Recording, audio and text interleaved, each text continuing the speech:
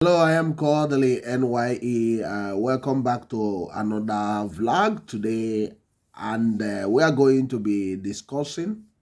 And I do believe that you will join us to discuss what actually is happening or happened.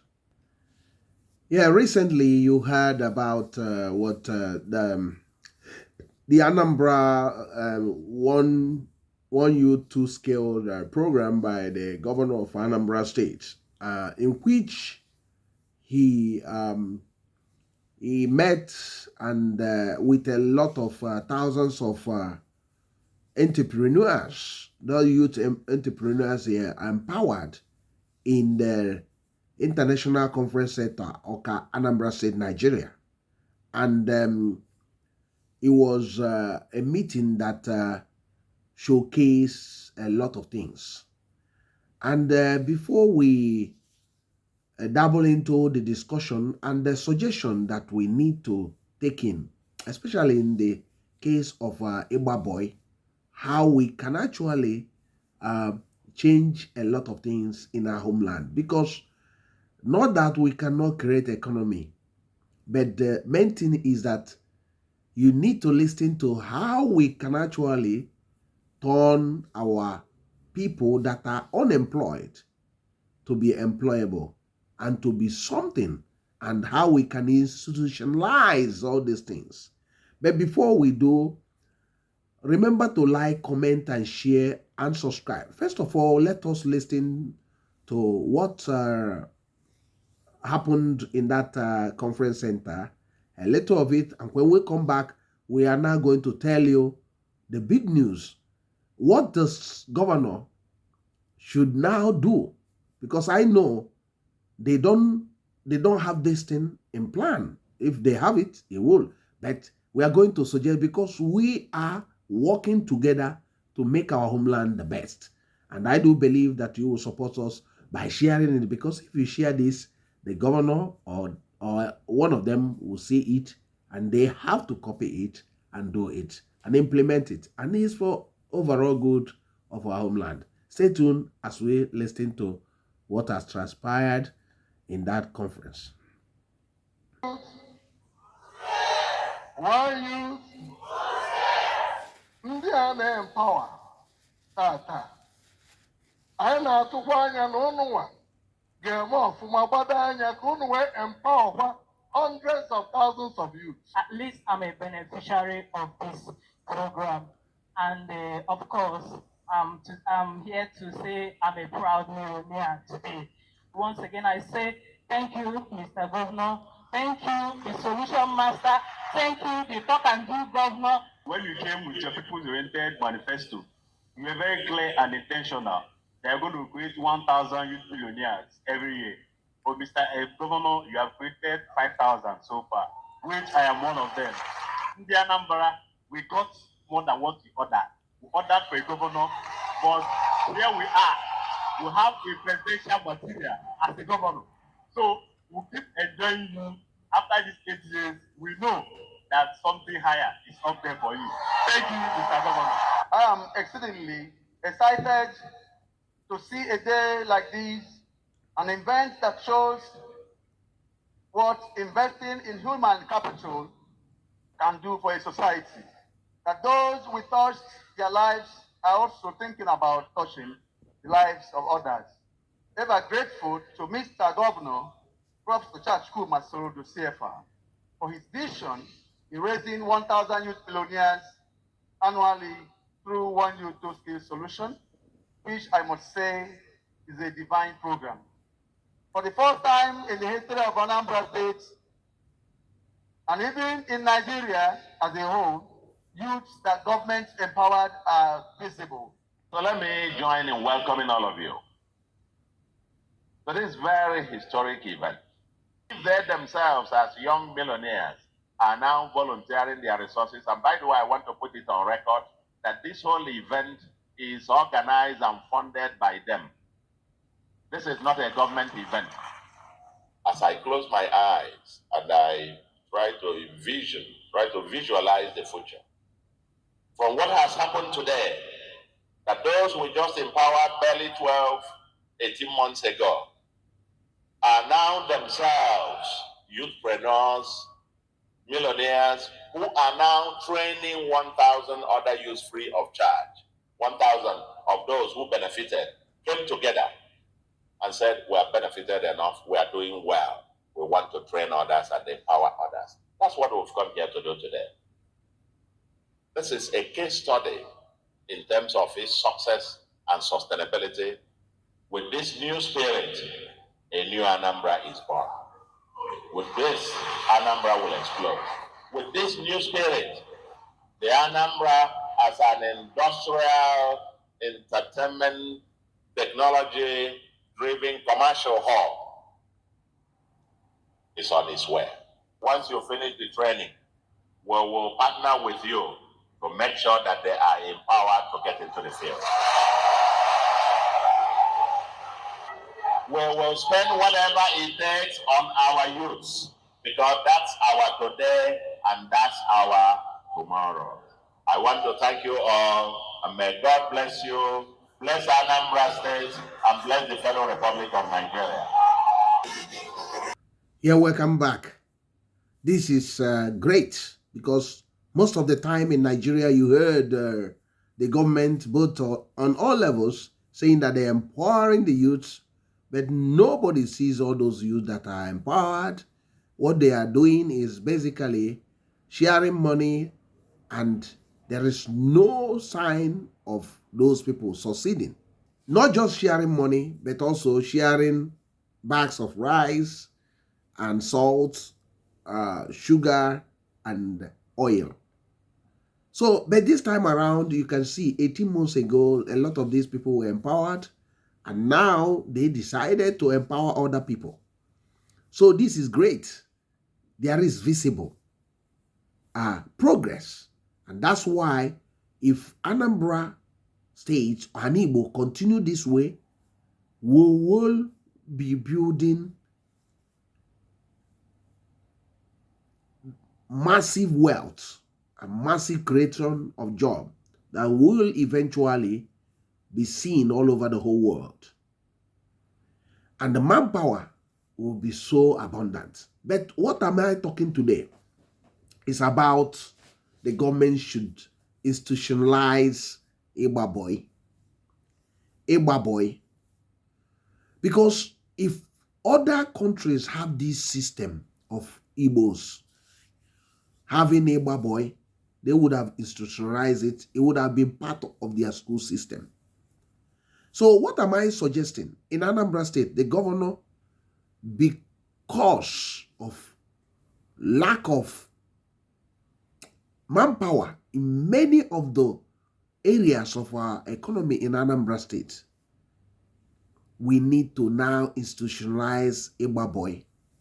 Make it like part of a vocational training and with certificates, and make a law that will back it, that every child that is out of school at this particular time, will have the type Igba boy as part of their training, and a lot of other things will be added to that. So some people might be asking, how will this thing work? How can it be how can it work? So once they make it a law in the state that Igba boy is formally institutionalized, what it now means is that if you are a man or a woman, you want to take children or take any person, adult, to be your boy, or boy, what you now do is that, first of all, each town has people that are available, registered, that will go for Igba boy. It now become illegal for anybody to bring anybody as my boy without going into that process, because the government is actually partnering with you for that person. So now specific time will now be specified as part of the contract, not just with the Oga, but also with Omo Boy. So now what happened is that they might make a law that some of them might be stage 1, stage 2, stage 3, or it might be terms of this that some of them will be 1 year only, some of them can be 2 years, some of them can be 3 years. So now the government will also have in 2 months or 3 months areas they bring those Umu boy to equip them with necessary modern knowledge on accounting, on computer, and a lot of things, internet, and a lot of things, so that will help them to be able to, succeed in life. And the government will also make it that each of these boy will be entitled to government loans if they serve creditably, if they pass through their master and also through the government sponsored program that will be conducted maybe every 2 or 3 months, or 3 times in a year, or 2 times in a year. So these are part of the things. The other things we will specify in other blogs. But what are we talking about?